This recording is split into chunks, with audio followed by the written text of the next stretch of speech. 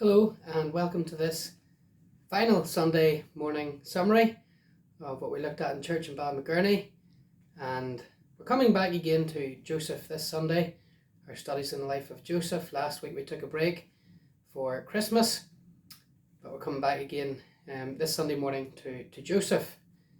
And can I just encourage you again to tune in this evening and listen to our video at 6 p.m, and with it being the last service, our last broadcast really of the old year, we want to think tonight about God's final invitation in 2020. And so we trust that you'll listen to that and think about that as we think about God's final invitation.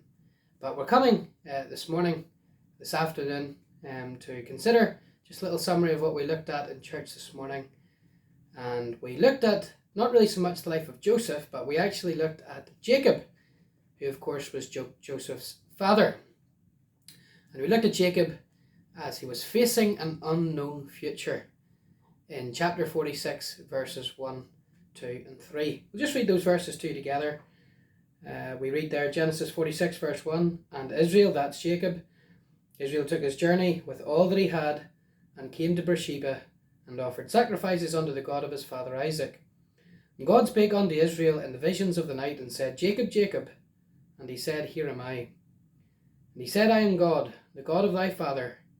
Fear not to go down into Egypt, for I will there make of thee a great nation." Jacob facing an unknown future. If you're to go to the British Museum, you'll find, amongst all of the memorabilia and artifacts and so on, you'll find an interesting map that's approximately 500 to 600 years old. It's a map of some of the outcoasts or outer shorelines of America. And the person who came up with that map, who comprised that map, obviously at that time there were still parts of America yet to be discovered, quite a lot of it still to be discovered. And so amongst the unknown areas, there was, of course, debate as to what actually lay amongst that region or what was located there. And so in areas that had yet to be explored, you had things like "Here be dragons" written, or "Here be giants," or "Here be other things." And of course they were written because there was the fear of the unknown. They didn't really know what was there, and so they just surmised, they just guessed really. This man who made the map just guessed that there were dragons or goats or whatever it might have been, or giants. 300 years ago, we then, a British explorer by the name of Sir John Franklin, he took his pen and he wrote, he scored through all of those kind of unknown statements, that the "Here lies giants" and so on. And above all of those statements, he wrote this: "Here is God. Here is God." What he was really saying is, it doesn't matter what was there, whether it was giants, whether it was goats, whether it was whatever, God was everywhere, and he certainly was there. I think it highlights for you the fact that none of us really like the unknown. Perhaps even at this time of year when we're exchanging gifts, maybe you've been keeping someone going or saying to someone, well, I bought you this, I bought you that, and you've noticed that person, or maybe it's happened to you, and they've tried to guess what you've got them as a gift. They don't like the fact that they don't know what you've got them. This is viewed in all facets of life. It can be the small things in life. We don't like knowing just the small things, but of course when you think of major issues, major life issues, major life decisions, a new job, a new school, perhaps moving house, whatever it might be, none of us really like the unknown. We have this kind of innate fear of the unknown. We like to know. And here in Genesis chapter 46, we have Jacob facing an unknown future. In the previous chapter, as we saw a few weeks ago in our study, Joseph, he reveals his identity to his brothers. He states, "I am Joseph." And after revealing himself, he told his brothers, "Go and find my father, go back home, Speak of all my glory to him. Speak of my royalty, speak of my majesty, my sovereignty, and then bring him back to Egypt to live with me. And he invites them, he commands his brothers to go get Jacob, his father, bring him to Egypt along with all of the family, all of the wives of the brothers, all of the servants of the house, everything, and to move to Egypt. So here in chapter 46, Jacob, as I've said, he's facing an unknown future. And he has obvious worries, obvious anxieties, obvious cares, questions about, is this the right thing for him to do? Let's not forget that Jacob is now 130 years old. And remember, Jacob hasn't seen Joseph in 25 years. And all of a sudden, the brothers come home, they rush home, they say, look, Joseph's alive, and he wants you to move to Egypt and be with him. There are all these questions, all of these unknowns. And in the midst of these unknowns, as Jacob is in Beersheba, as he's about to leave Israel, in Genesis 46, in these opening few verses we read of God speaking to Jacob and then essentially giving him wonderful promises, and I suppose a bit like Sir John Franklin, writing over all of his unknowns, here is God. Here is God. And child of God, as you face your many unknowns in 2021, you can take them all and you can write over them, here is God. Here is God. You have worries, fears about some of those unknown details in 2021.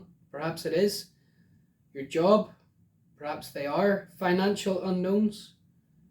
There's the unknowns of the future, unknowns of finances.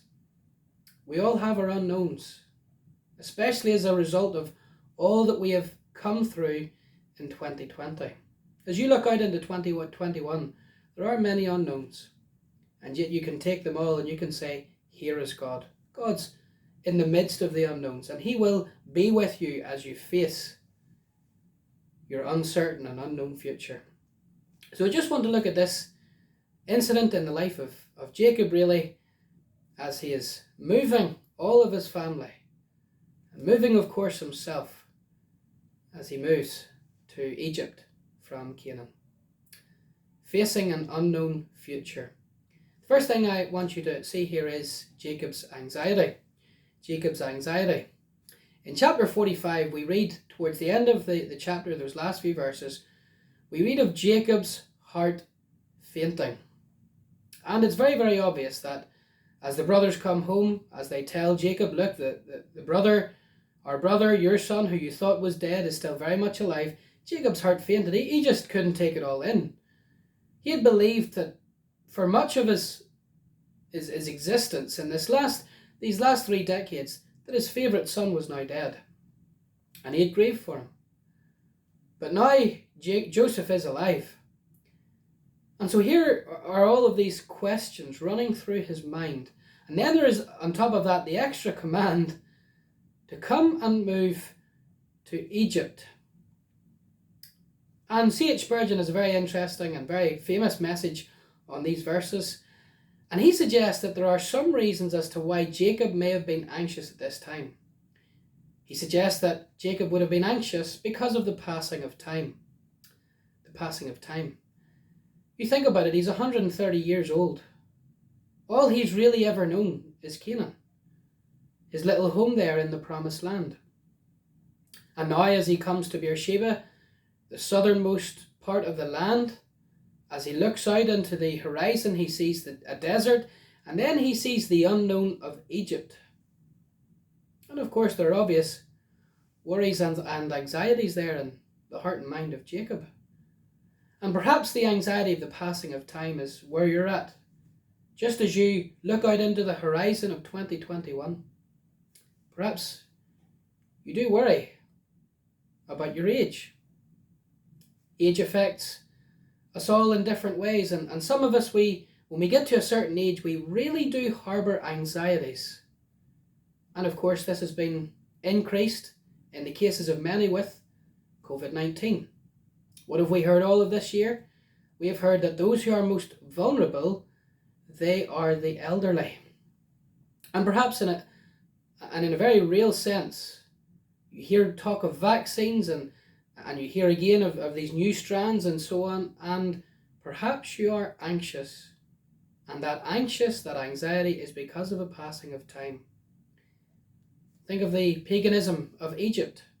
Egypt was known for being very, very forward thinking, very modern. It had many gods, and we even saw that as Joseph married his Egyptian wife, Asenath. She was named after the sun god. There was the god of the fields, there was the god of prosperity. They had gods for everything. They were a polytheistic society. And perhaps Jacob, as he looks out into the future and the prospect of bringing his sons and their wives and even his grandchildren and the servants, bringing them from the promised land to Egypt, perhaps he's worried, how are they going to handle all of the challenges and all of perhaps even the sins of Egypt that they never would have even heard of in Canaan. And perhaps I'm speaking to a parent. Again, you have these anxieties about 2021. You think about the difficulty, the challenge, the prospect of raising children, raising family, having even as husbands, having that influence upon your family. And yet you full well know that you're raising them in the paganism of Egypt, so to speak. We live in a polytheistic society. There are many gods, society tells us. Some even tell us there is no God. And perhaps you have these anxieties just about raising children in the 21st century. Think as well about past memories in Egypt. Anytime Egypt came up in conversation, in that house with Jacob and his sons, it never would have been a good conversation.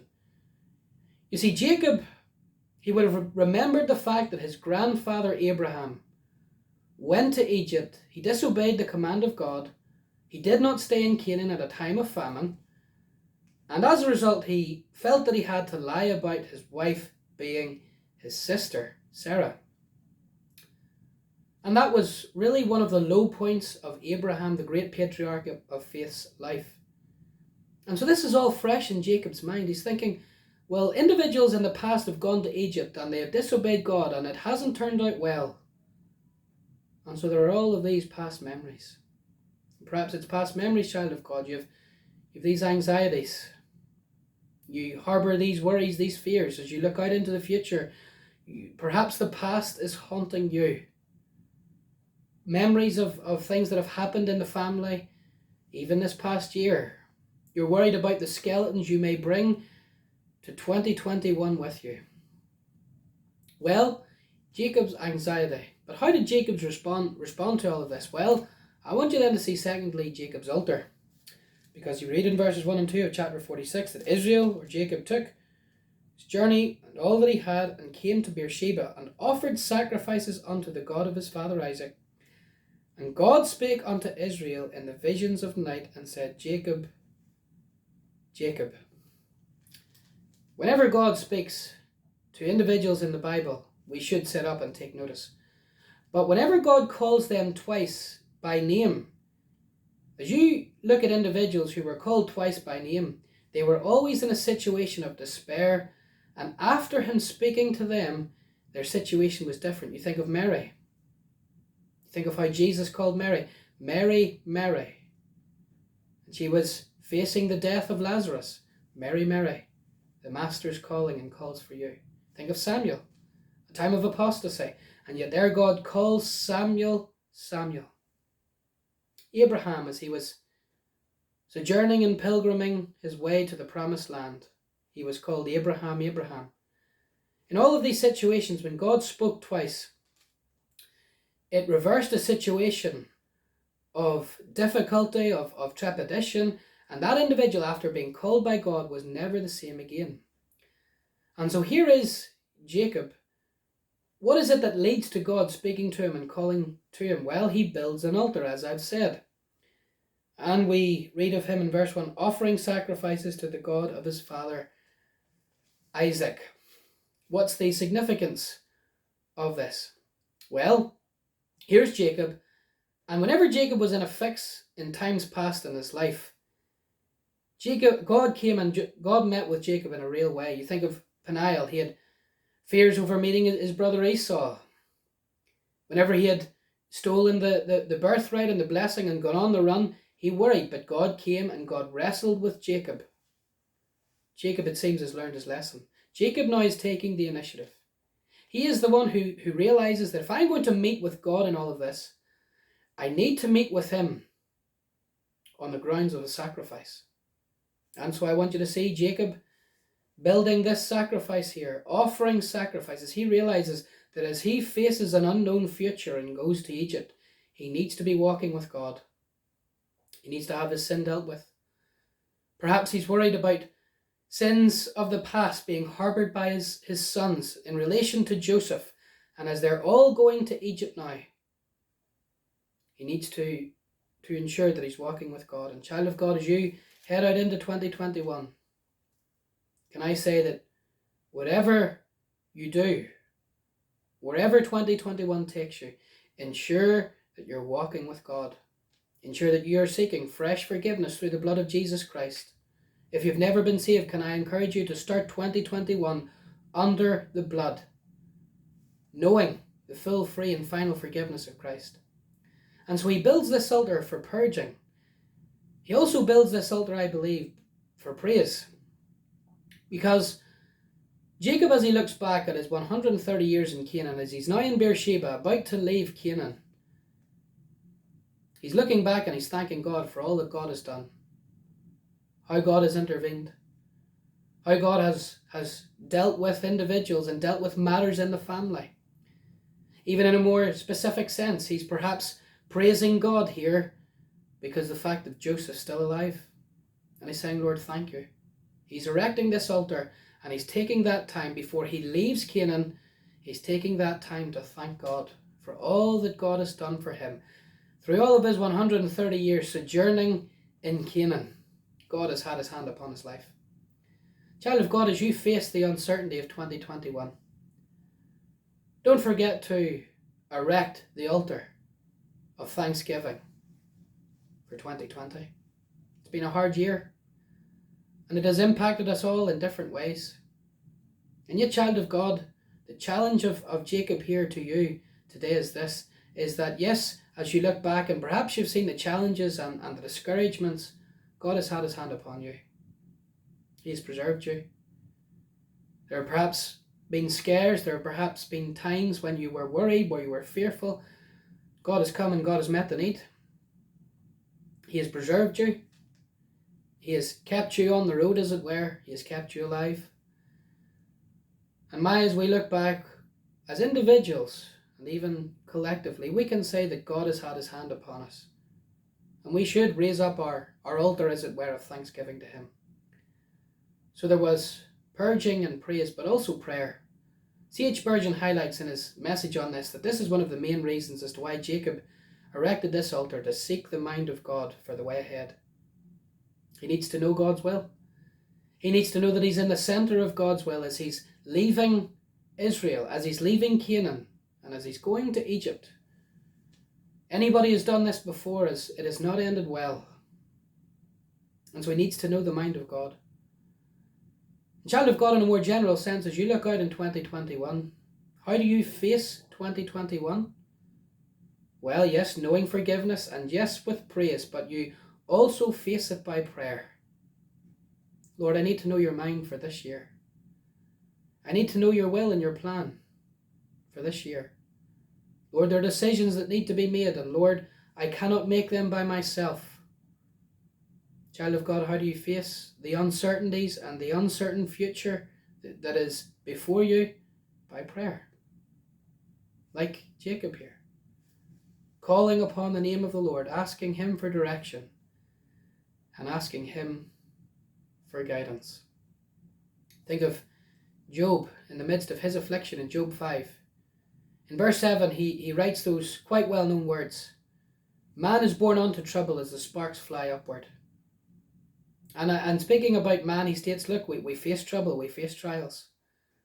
And in the very next verse, he states this.